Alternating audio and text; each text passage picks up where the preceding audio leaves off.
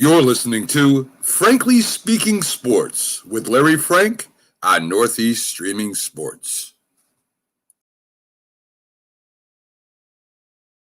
Eight seconds left. Barkley going to go after it. Happy ball knocks it away. 1 second left. Time ticks down. It's over. Yeah! The Lightning win the Stanley Cup. Tampa Bay, yes, they have reached the top of the mountain. They are the Stanley Cup champs. Wow. Sometimes history has a way of repeating itself. Though distanced by 16 years, two teams stared adversity in the face and never blinked. Two teams now bonded together forever, etched into silver. Score! Rated point! Marty St. Louis! And again, he's won it for the Lightning! Centers it. Score! The Cavaliers score! Score! Kucherov with 7.8 seconds left! In front of Cirelli. Score! Yes! Brad Richards! Cirelli! Yep. He backed it in on Theodore! Stamkos open. Shoot! Score! It's Marty St. Louis, baby! Stamkos! Marty's done it again! That is unbelievable. They are the pillars of our legacy, now on one crest.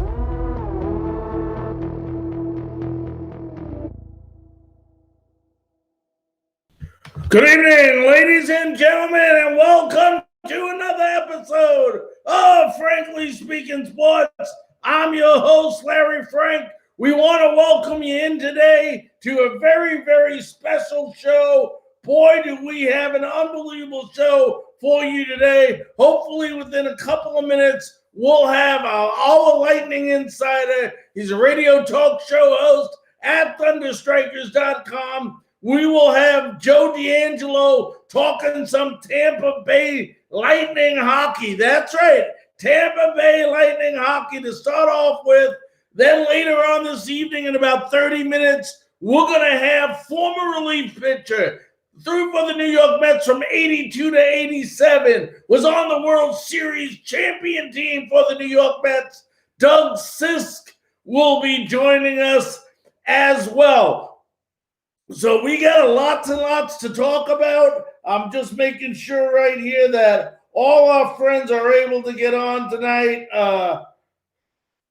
So let me go ahead and get all the way. There we go. That should work. Okay. So, ladies and gentlemen, we want to start off with, if you haven't heard, first of all, for all of you folks that are on different platforms, including Crew Life, including Facebook, whatever you might be on, if you can please do me a favor, even if it's YouTube, share this to your timeline. If you can do that for me for 1 second. I know this is the type of show that does very well on the replay, but we'd also like to get as many people live as we can on this show tonight. And, you know, ladies and gentlemen, if you did not hear last night, and you weren't on our Bullseye show, you missed a very special show. I would recommend that you go back onto our Bullseye show and watch it. But last night, it was the Lady Bulls. That's right. USF women's basketball team went ahead and won the AAC title, led by Eliza Pinzon, 18 points, 8 assists, and Bethy Manunga, who had another double-double. I believe that's her 20th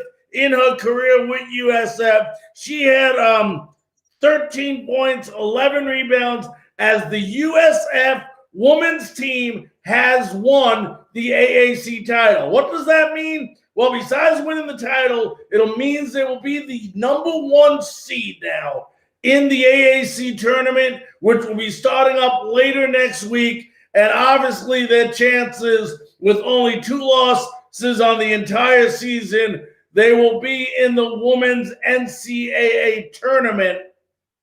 So lots of great stuff. The city of Tampa continues to win, now with the Lightning, now with the Rays getting to the World Series, the Bucks winning the Super Bowl, the Rowdies getting to the finals, and now the title by the USF women's basketball team. So we wanted to make sure we started out our show tonight recognizing them for a job well done.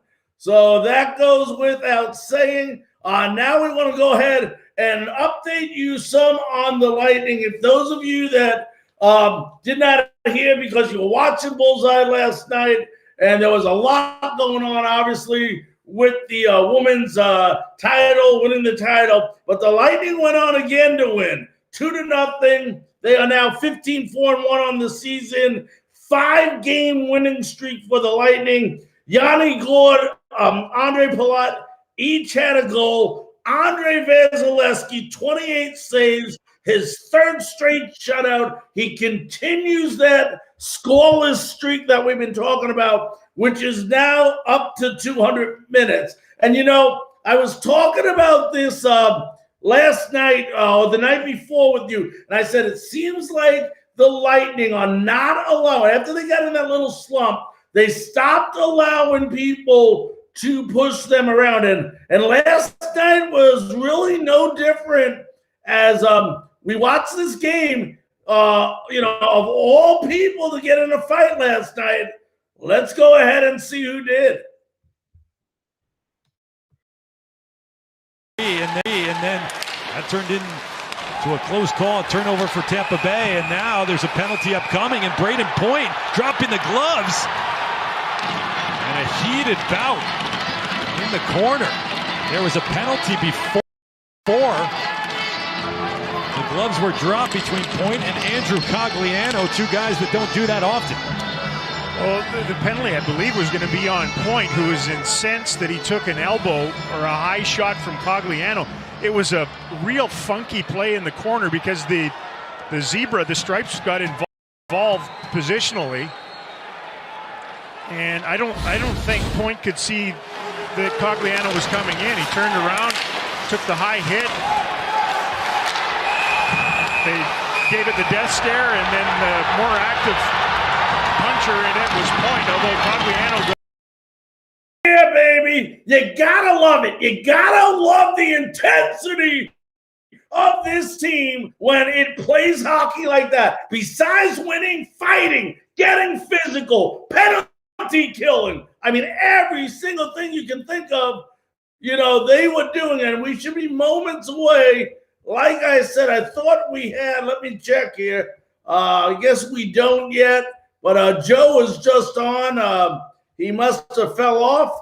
So hopefully Joe will be on in a moment with us. Let me see. Okay, let me see. Let me let him know that we are ready. No, I'm not Teddy. I'm ready. Okay.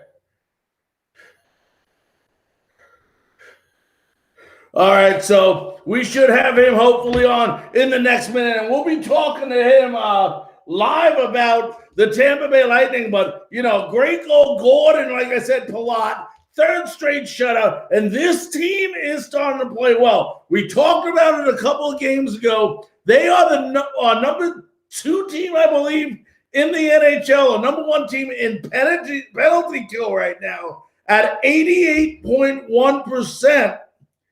They are killing penalties. So, there's no better guy for us at this time when we're talking Lightning hockey to bring in than our good buddy, the radio talk show host for the SunderStrikers.com, our Lightning insider. Let's welcome in Joe D'Angelo. Joe, how you doing, buddy?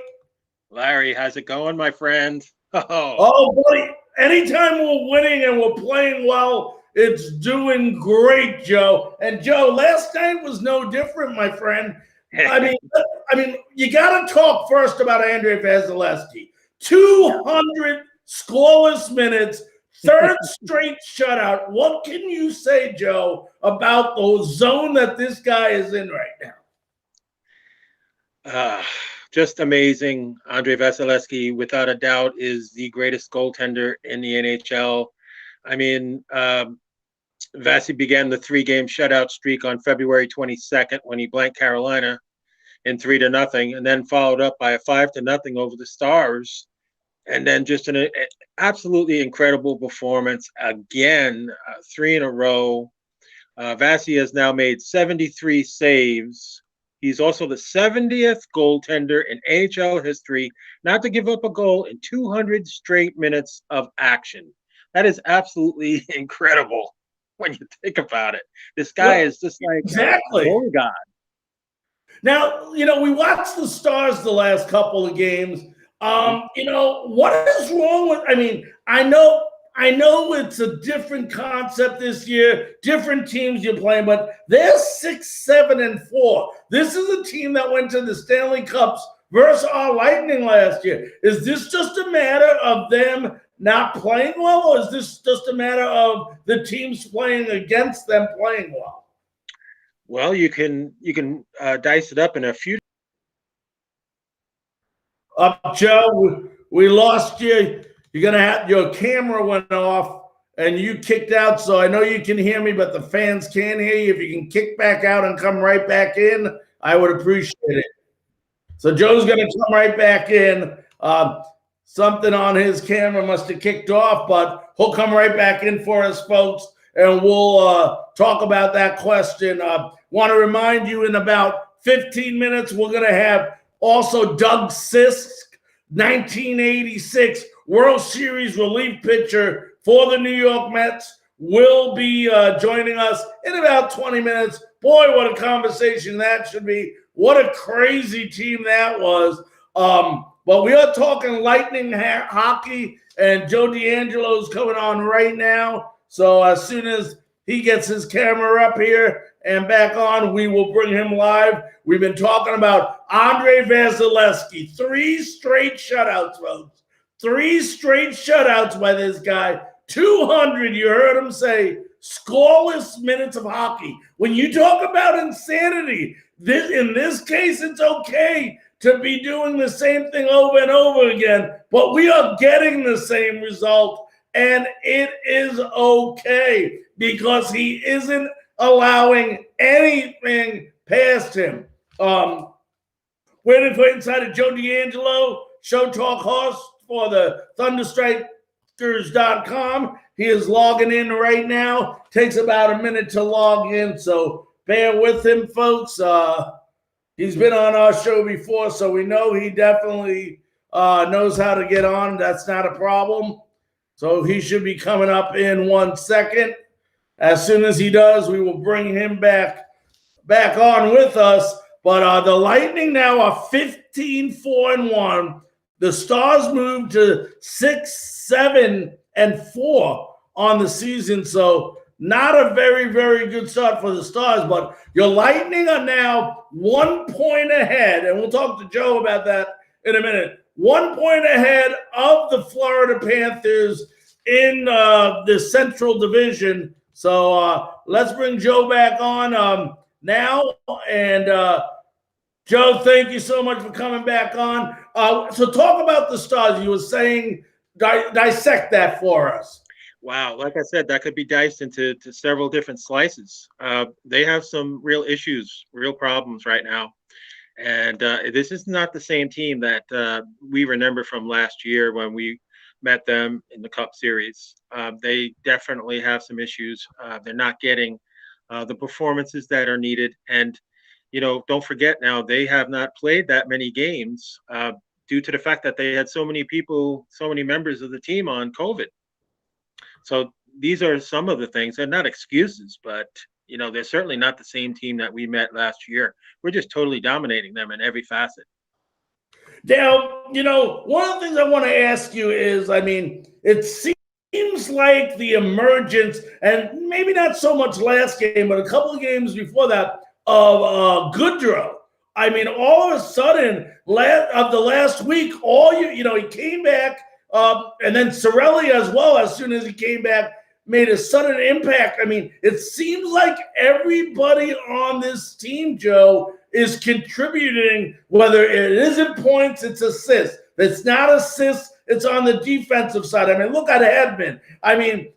Which we expect that from him. We become spoiled and selfish because we're so used to seeing him play. But talk about the team. They were in a little bit of a 3-game funk there for a little bit when they played Florida. And it seems like since that little hiccup, they're really coming back to playing great hockey again? Cernak and Cirelli. Those are your answers right there. They missed Anthony Cirelli without a question, and the same with Cernak. They are impact players for this team, and they were missed. And I think those were two keys of not having Cirelli. You have to shuffle those lines. And, Cooper has just done a masterful job. But again, I've been preaching this all season long, and I said this was key, that the Lightning have the depth like no other team in hockey.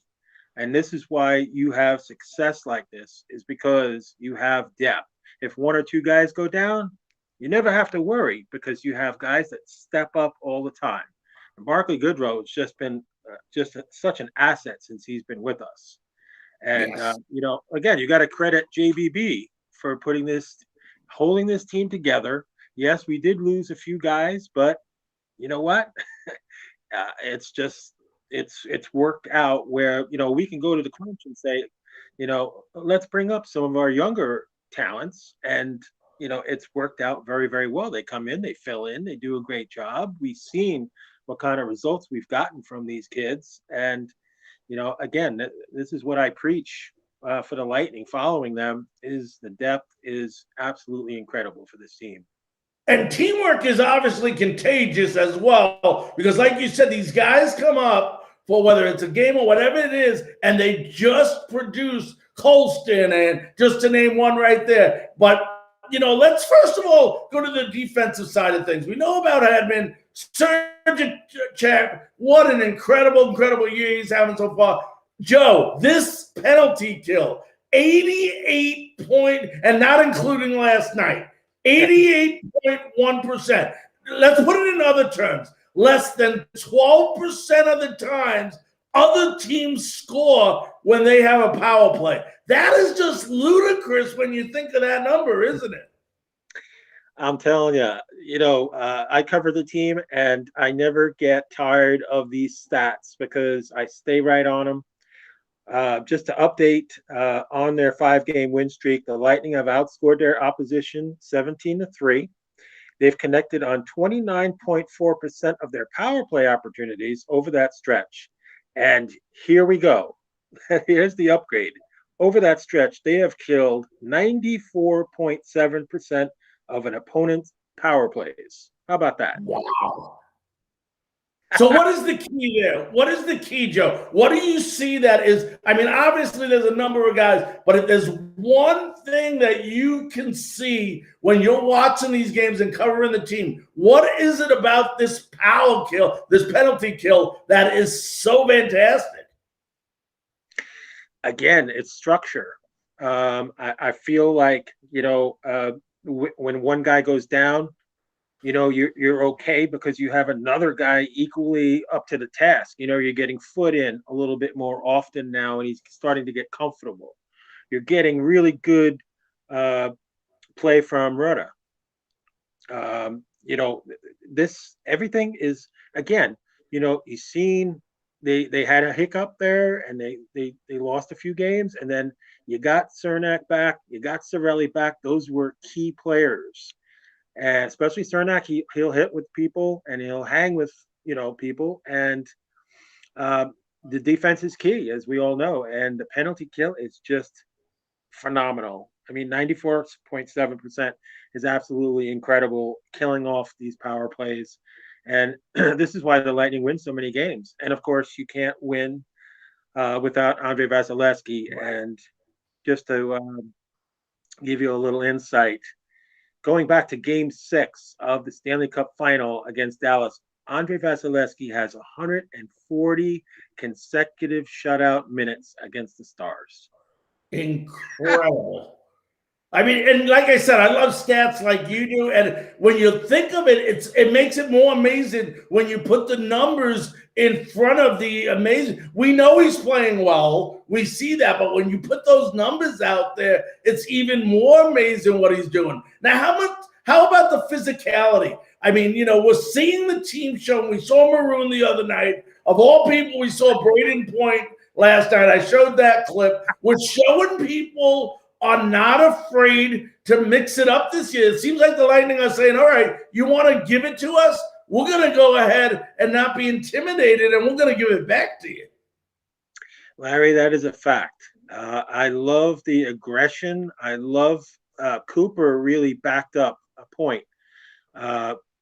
With Braden defending himself, he was hit in the head, and they were wondering why no penalty was called. So Braden took it upon himself to say, "Hey, let's go," and he did pretty good for himself, didn't he? He sure did. I don't think the other guy landed a punch on him, if I'm correct. But let's keep it going with this. One of the things that really impressed me about Coop is he's not afraid to switch up lines, Right. try different things. And when things aren't going well, he does that. And he did that a couple of games ago, and it seems like it's been benefiting the team. Yeah, absolutely. But again, the key, as I said before, with line changes, is the fact that when we were struggling, there was no Cirelli and there was no Cernak, so that affected the team, and you could see it in the way. Even though we had some guys come up and step up, and we had to move up some key players to different lines. I felt like getting Cernak and Cirelli was the key to the Lightning continuing to progress in their lines. You got Hedman and Sergachev, you got Ryan McDonough and Cernak, and Reuter and Foote together. So you take out Cernak from the Ryan McDonough line there, and again, you also have to, while I'm talking about it, you also have to give a little credit to Curtis McElhinney because he sat out for so long, and then they put him right in there. He got shelled. Then the next game he comes back, does a shutout. Then the last game that he was really, really good in a 3-1 win.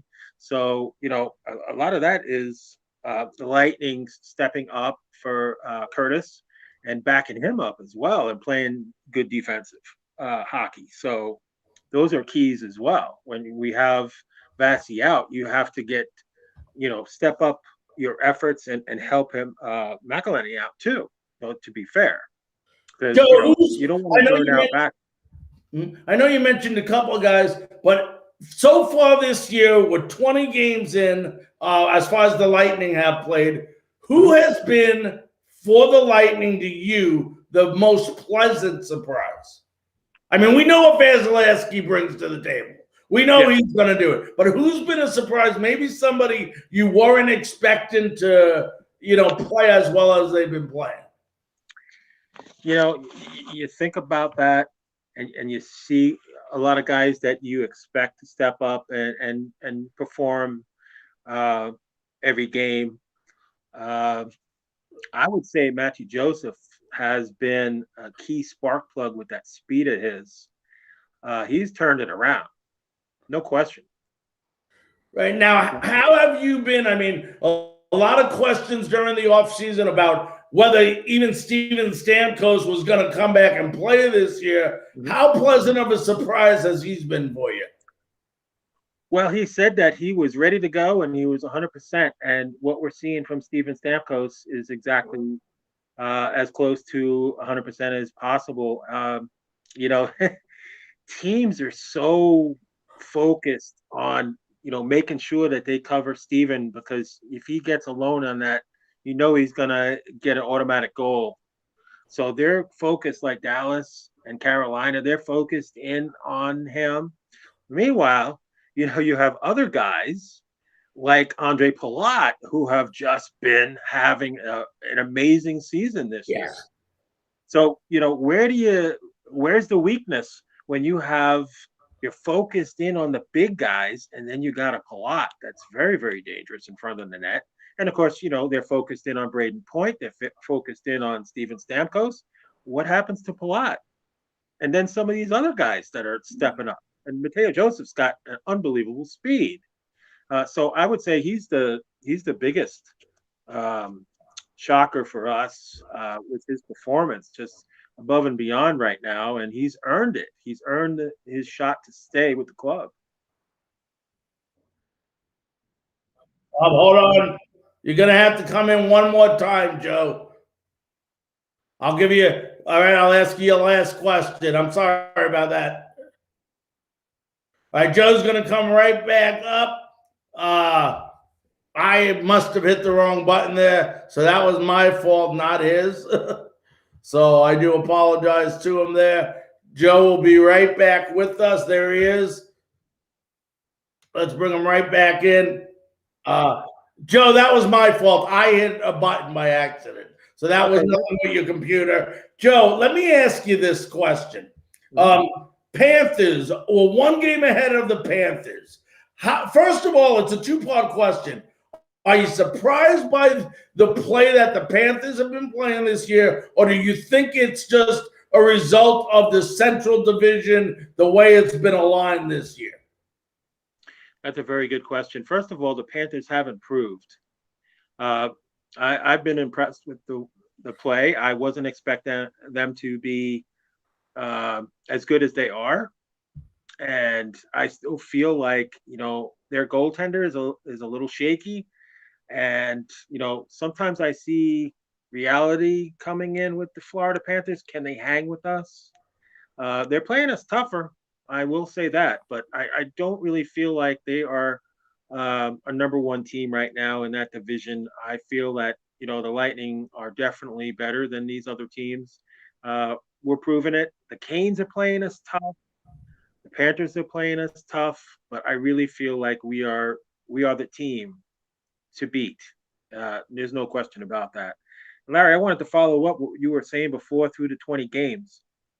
The Lightning at 15-4-1 are off to their second best start in franchise history.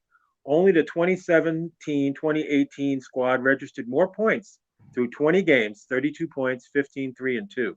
That's saying a lot right there for as far as record, because we're talking about franchise history with the Lightning and the two cup teams. 15-4-1, second best start in the history. That's pretty damn good. Yeah, and it is. And we got time for one more question here, Joe. And I want to ask you this. The schedule that the Lightning are playing against the Central Division. Obviously, we know hockey well enough to know there are better teams out there than what's in the Central Division. Does this benefit the Lightning playing the teams they're playing now before they go into the playoffs? Or could it be, when we get into the playoffs, they realize these teams are a lot better than the competition that we've been playing? Could they have a difficult time? Mm-hmm. That's a good point. I really feel like the major threats, like Vegas, like Colorado Avalanche, some of those teams stand out to me. But as far as the teams that we play on a normal basis, we're starting to get familiar with them and everything. So, yeah, that is an advantage. As I said before, there are really, really good, tough teams out there other than our division. And I watch them and I watch their games. And I really feel Vegas is going to be a very, very tough team to beat, as well as the Avalanche. But I feel that we can handle some of these teams. And again, I think we're in a strong division, but I don't think Florida, I don't think the Canes, they're going to make the playoffs, but I don't feel like, they're going to beat us. I feel that the major threat to us is the Avalanche and the Vegas Golden Knights, without a doubt. Those are two teams that stand out in my head that I've been watching them. Well, listen, my friend, we want to thank you very, very much for joining us on Frankly Speaking Sports tonight. As always, it's a pleasure having you, and love to have you back on the show in the future, my friend. Larry, anytime. I'll come on anytime. I'm a busy guy. I got a couple of shows coming up. I do my Thursday night show at 7 p.m. and I do my Sunday night show at 7 p.m. Plus, I'm going to be doing watch parties and hosting watch parties in my area. So I'm a busy guy, but anytime you want to have me, just let me know. And if I don't have anything on the agenda, I'll definitely come on and talk Lightning hockey with you at any time, my friend. All right, buddy. I appreciate you. Thanks, Larry. Good night, and go Bolts. Go Bolts. That was Joe D'Angelo. Give me 1 second, folks. Here. I know Doug Sisk is trying to call me right now. I'm trying to get him on the line. So if you give me 1 second, let me see. He is our next guest who's supposed to come on. So he'll probably call me back one more time, and I'll try to answer this one from him. But, I want to thank first Joe for coming on tonight. Great to have him. But what a great job they're doing. What a terrific job by the Tampa Bay Lightning. You hear they're off to their best start in history at 15-4-1. Couple of games there they lost to the Panthers, but after that, it was an amazing and has been an amazing run for the Lightning. We are minutes away from having Doug Sisk on with us. Trying to get in touch with him right now. Let me see if he left me any other message. So bear with me, folks, as I gave him a link to come on. So he should be joining us any second here. I know he was just trying to call me. I was doing an interview, so I obviously couldn't answer. But Doug Sisk is just minutes away from joining us here on Frankly Speaking Sports. And, Doug was part of an incredible team. He was a part of the 1986 World Series Mets. If you remember the game, the ball went through Bill Buckner's legs in the World Series. The Mets went on to win the World Series. Just an incredible World Series in general. They're 1 out away from going ahead and winning the World Series, the Red Sox, to going on to eventually losing the next night the World Series to the New York Mets. He was part of that. He pitched with some great pitches. He pitched in a bullpen that was incredible. You had Jesse Orosco. You had McDowell on that team. Just some incredible players, and everybody knows of the players of Gary Carter, and just incredible teams. He played for some bad teams on the Mets. Let me try to answer this, folks.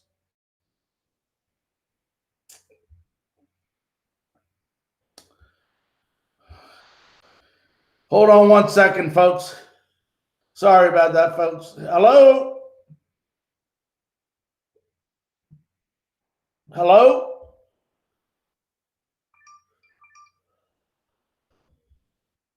Hello? Hi. Doug, I sent you a link to come on. Did you try using that? I'm trying. I don't know how to do that.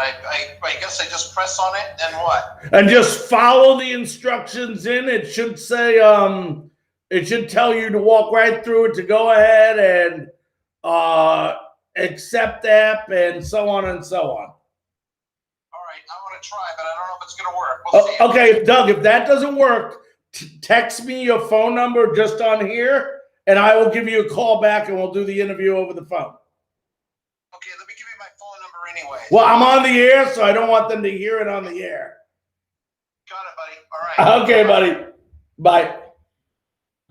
All right, so Doug Sisk will be with us momentarily. He's going to try coming on with us right now. But before we get to Doug Sisk, while he tries to come on, let's go ahead and let's talk.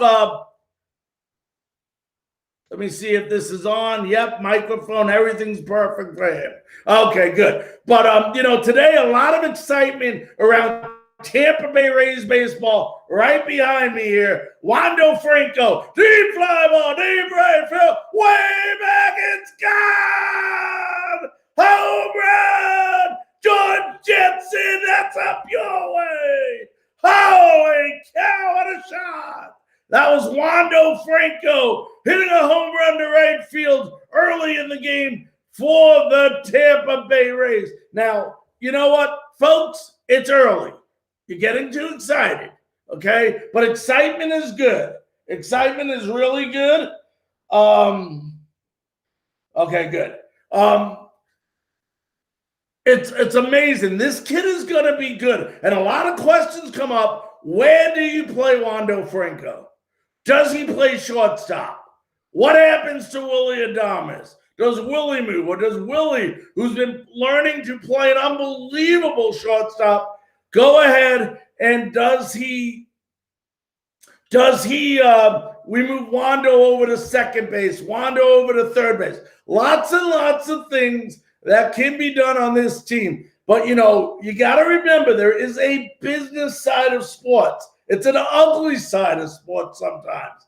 And Wando could be stuck out there right now. It's not always the best players up on the major leagues. It's the one who doesn't have options or the team gets more service out of. Are they manipulating years, which right now they are not doing that? But I'm just using examples. You have to ask yourself a lot of these questions on whether it's time or not time, not just from a result-oriented standpoint, from a business standpoint. Now, my opinion is simple, folks. When you have a guy like Wando Franco, who has a great talent and a great ability, if he's ready, he's ready. You bring him up. You play your best 9 and have your best, I guess this year, whether it's 26 or 28 players, you bring up the best and play the best, no matter what. The problem with baseball, and we've heard it from many players, we heard Elliot Johnson, former Tampa Bay Ray, when he was on, and former Atlanta Braves, say that there are teams out there that don't care about winning. It's basically about the business side of the game and what is better for the team from a financial standpoint. You bring a guy up, his service time starts.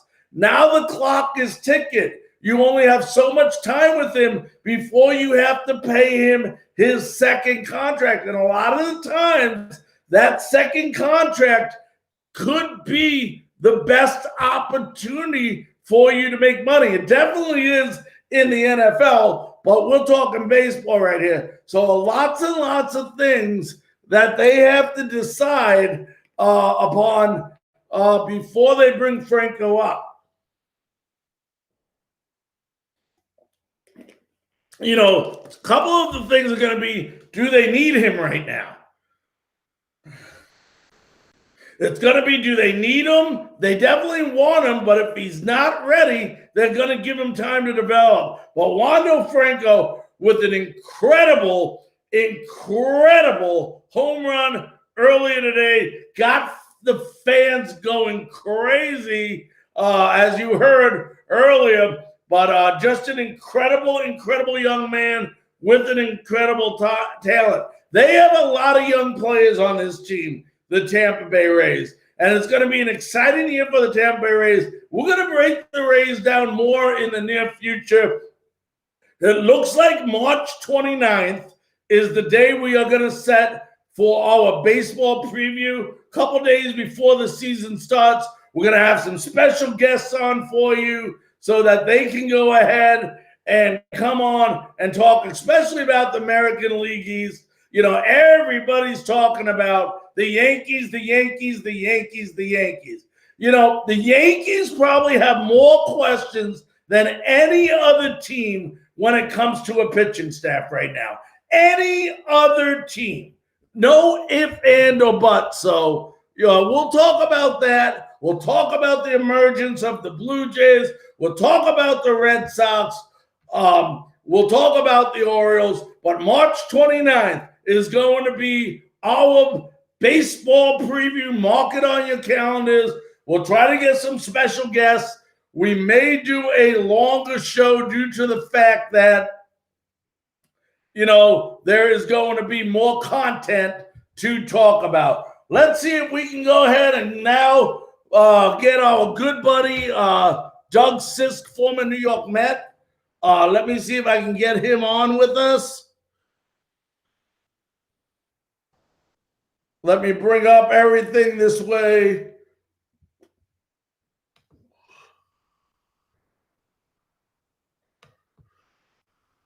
All right, let's go ahead and see if we can get him on the phone.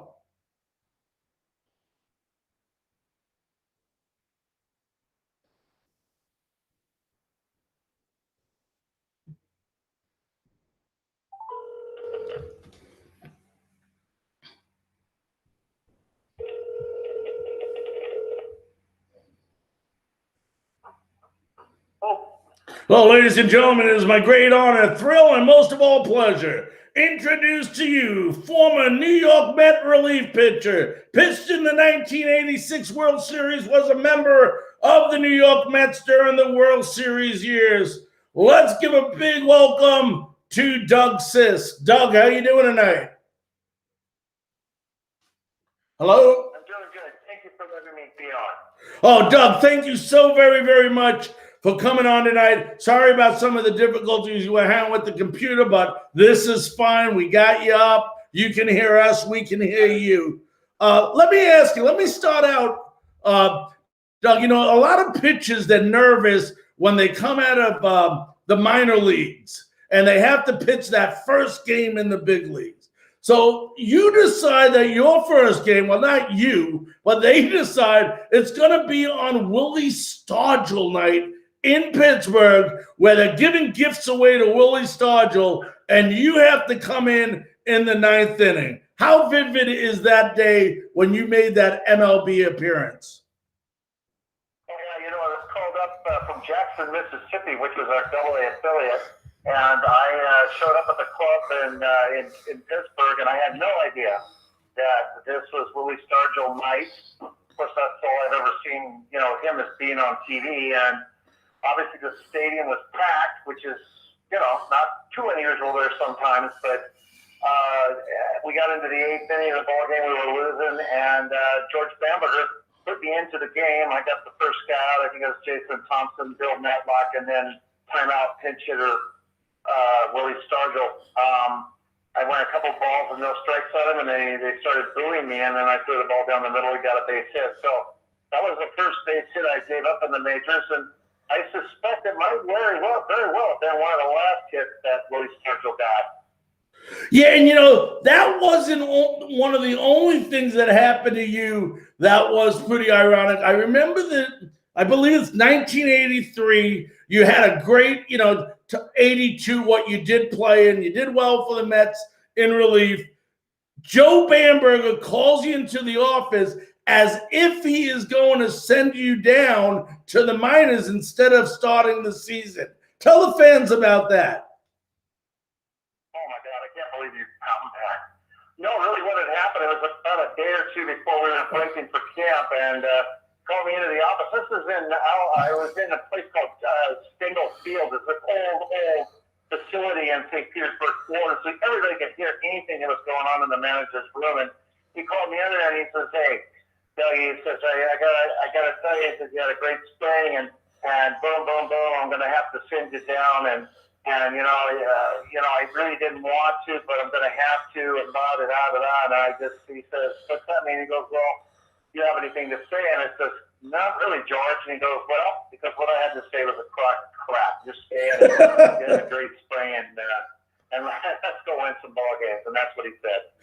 And it's amazing because your first game, from the dugout, you're watching one of the greatest pitching duels. I believe it's Tom Seaver versus Steve Carlton. And I think that game, Tom gets either injured or feels something, or something's not right with Tom. And you get to go in that game and explain to people that didn't get, I got to watch Tom pitch. I watched you pitch growing up. I grew up on Long Island, so I had those opportunities. But for the younger Met fans that don't know what Tom Seaver meant to the New York Mets, why don't you tell them not just how great of a pitcher he was, but what he was? I live all the way out in Tacoma, Washington, and back in the 1960s, in '69, I was a young kid, obviously, and the Mets won the World Series in '69, obviously. I don't need to tell you that, but my favorite team was the '69 Mets, and of course, I could name the infield, the outfield, everybody that was on the club, and to even name the last person maybe out for the Baltimore Orioles, and we know that's a trivia question you can do later on, but what ended up happening was my favorite player was Tom Seaver and Jerry Koosman on that club, and I'll be darned if I didn't sign with the Mets in '82 as a free agent and get the chance to be up with in '80 actually, and get to be with the club. And then in '83 we got Tom Seaver, signed him as a free agent, and I ended up pitching in opening day '83 with them, and I got to say, if I would have known that this was going to happen prior to, I probably would have ran and hid. But Steve Collin and obviously Tom Seaver, I think it's and I don't know if it still is the same situation, but the first time two Cy Young Award winners pitched against each other on the same field at the same time, and I think Tom had 3, and I think Steve had 4. And I was lucky enough to go into a 0-0 game, and we ended up scoring a couple runs, and we ended up beating the Phillies on opening day 2-0. And I think it was the longest existing opening day wins in a row. I think it was 10 in a row, which broke a record. So pretty incredible day for me. And only did I know what had happened is the next morning when I woke up in the hotel and really realized what had happened. It just blew my mind. And to this day, years later, only then do we really look back and reflect on really what happened. You know, Doug, you've had some good years and not so good years with the Mets. Talk about how difficult it is, especially for a pitcher who, a relief pitcher, to come into a game and to pitch in front of the New York fans, because they either love you or they hate you. There's no in between with Met fans. So, I mean, how difficult from a mental aspect is it to pitch? I know Eric Whitson, when he pitched for the Yankees, couldn't do it, he said. It was just so difficult for him to pitch in front of the New York crowd. How much of a mental factor is it when you're out there on the mound for the fans? Do you hear the fans? Do you not hear the fans?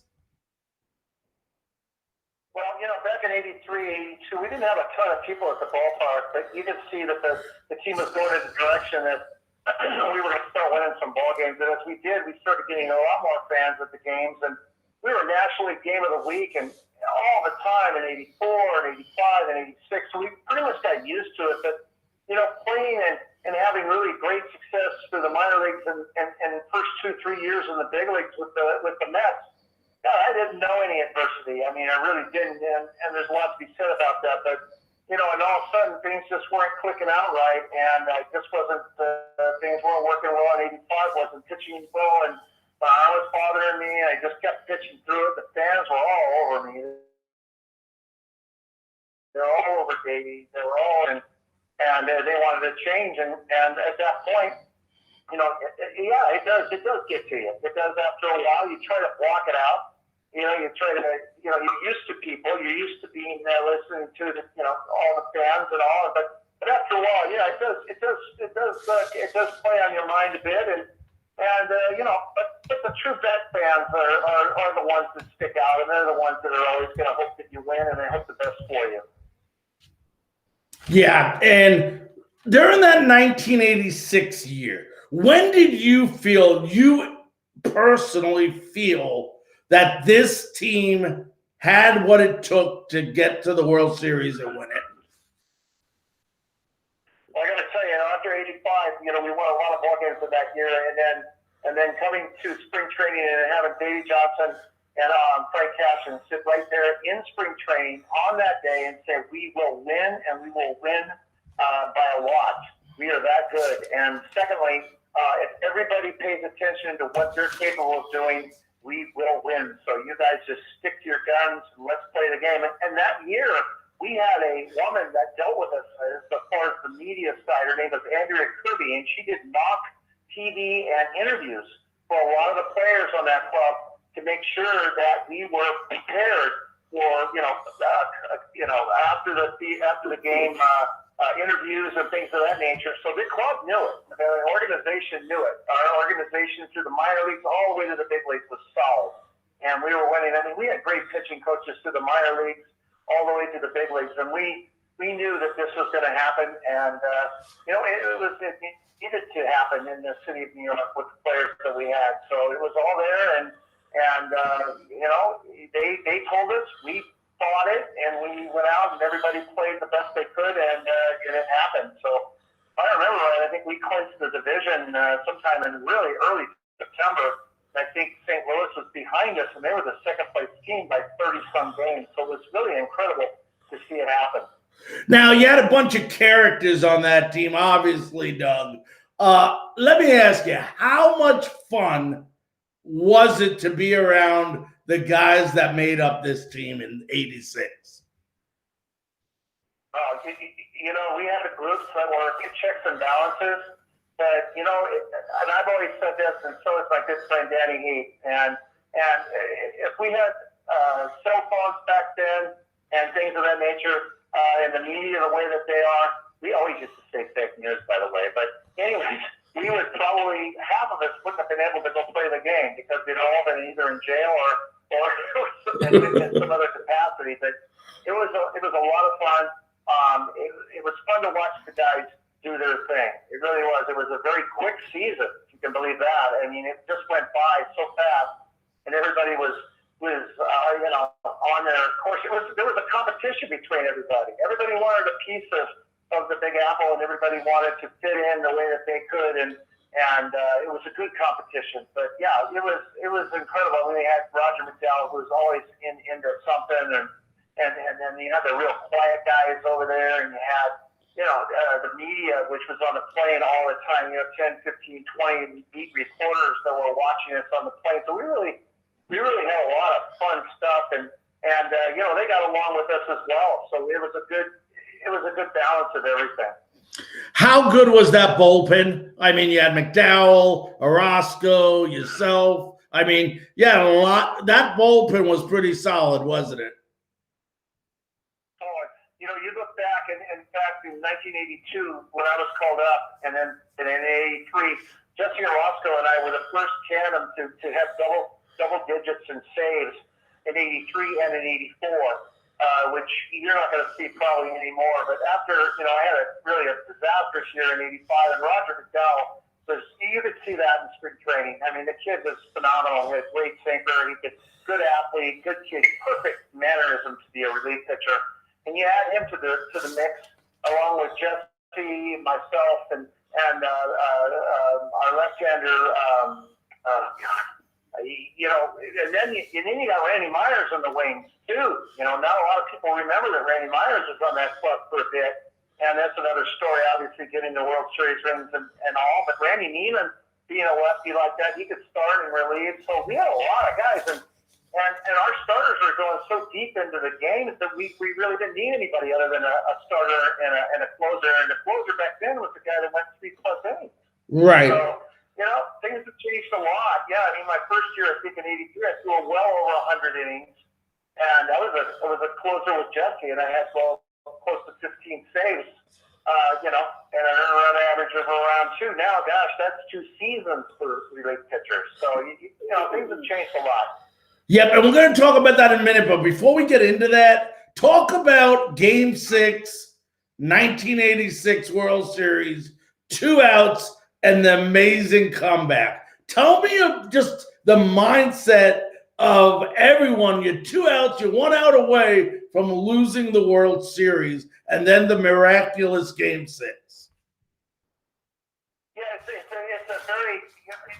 I was in the bullpen, obviously, so I'm down there seeing it from that area. We have a television set down there where you can watch the game as well. We can also deal with the guys in the bullpen and see who's warming up. But yeah, at that point, it's almost like you're looking at yourself and you're going, okay, when am I going to get my luggage? How am I going to pack it? All that stuff, and then bam, it just happened. And Mookie hit the ball, and he was running hard. And everybody seems to think they blunder on Bill Buckner, which there was, but Mook could very well have beaten him to first base anyway. So it was a very emotional roller coaster. Fast, boom, this, and then wham! Wow, we're going to be back tomorrow. So it was, and then they were flashing stuff on the big screen. Congratulations, 1986 World Champion Boston Red Sox. They really thought that, and then they had to take all the champagne, everything out of the clubhouse over on the visiting side.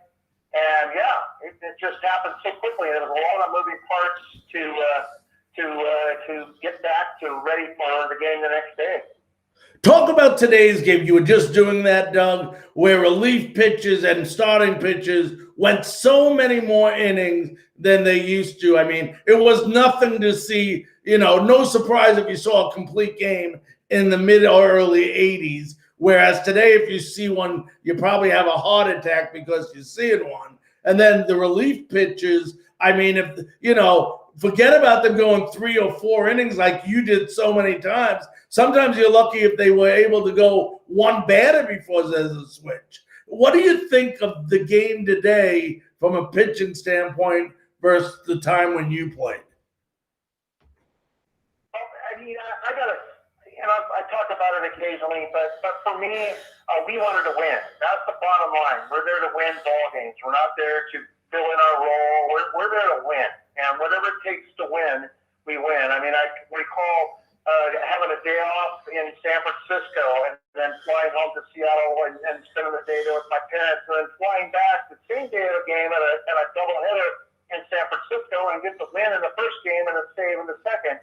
And think nothing of it, And nowadays, if that happened, you'd be the Superman. It'd be incredible. And I just think that the game is so specialized more than it ever has. And I think players hide behind the fact that if their role is not the way that they've been defined and they lose or they do bad, that they have something to blame. And I really think that it's unfortunate that the sight of winning at all costs has kind of gone away a little bit versus going out and having a good outing.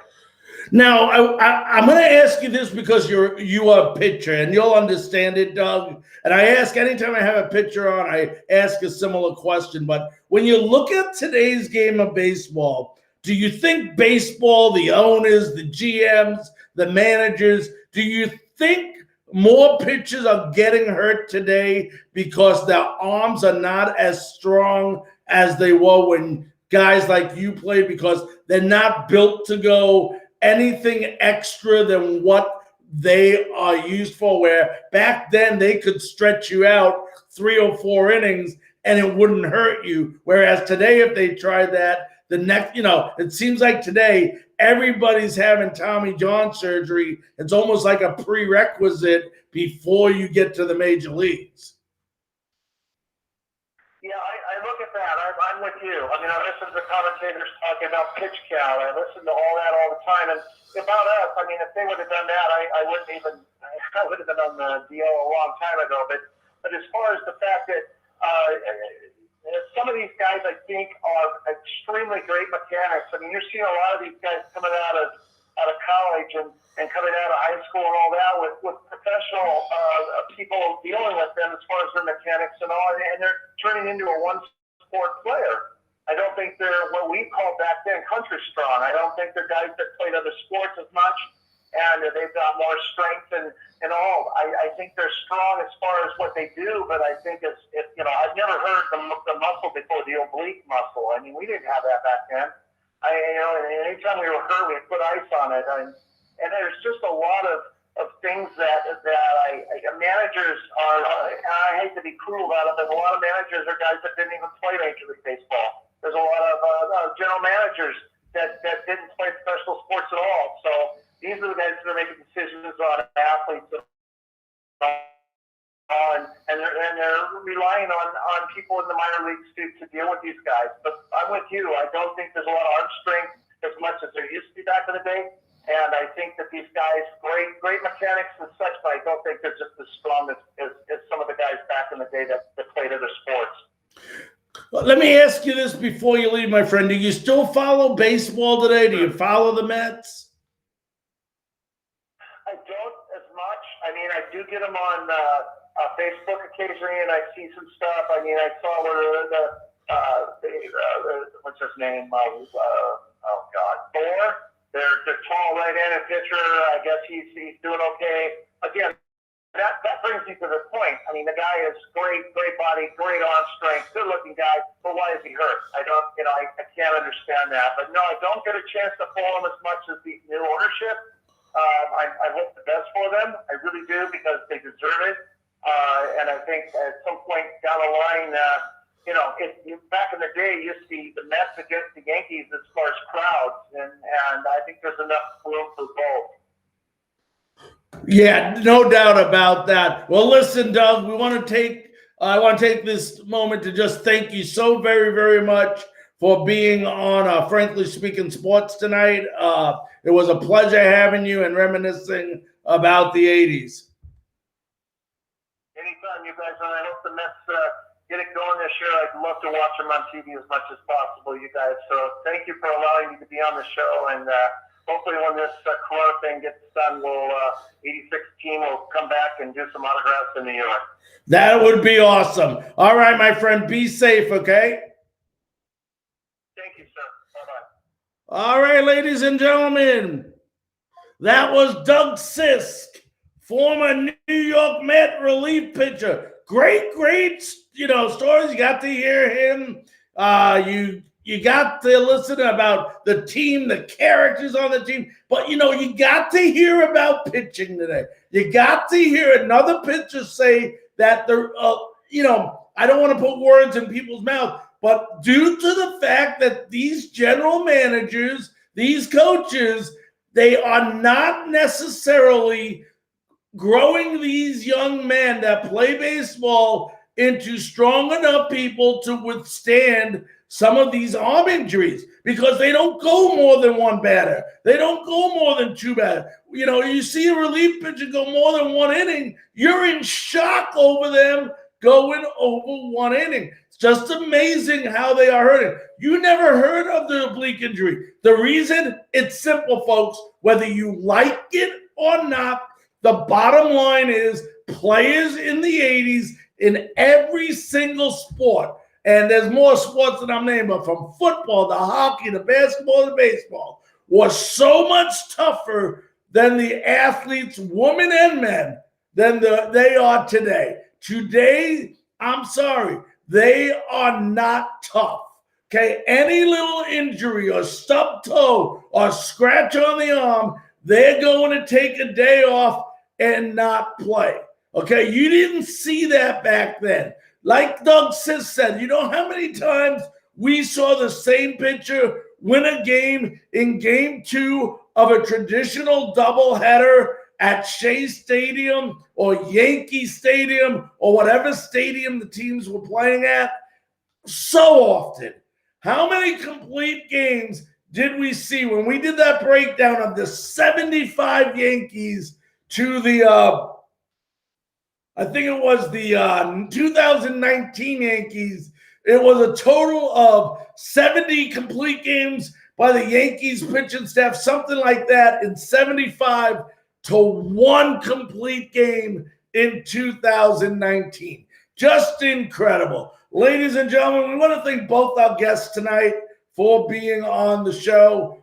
Joe D'Angelo, radio talk show host for Thunderstrikers.com, and former relief pitcher Doug Sisk of the 1986 World Series champion New York Mets. Also want to remind you, talking about the New York Mets, we got another great show for you tomorrow. Jim Gosker, Gosger, was on the 1969 New York Mets team, 73 NL pennant winning New York Mets team. He'll be joining us live tomorrow on Frankly Speaking Sports, beginning at 9 p.m. Eastern Time. Ladies and gentlemen, want to thank you very much for joining us this evening. We'll see you again tomorrow night on Frankly Speaking Sports.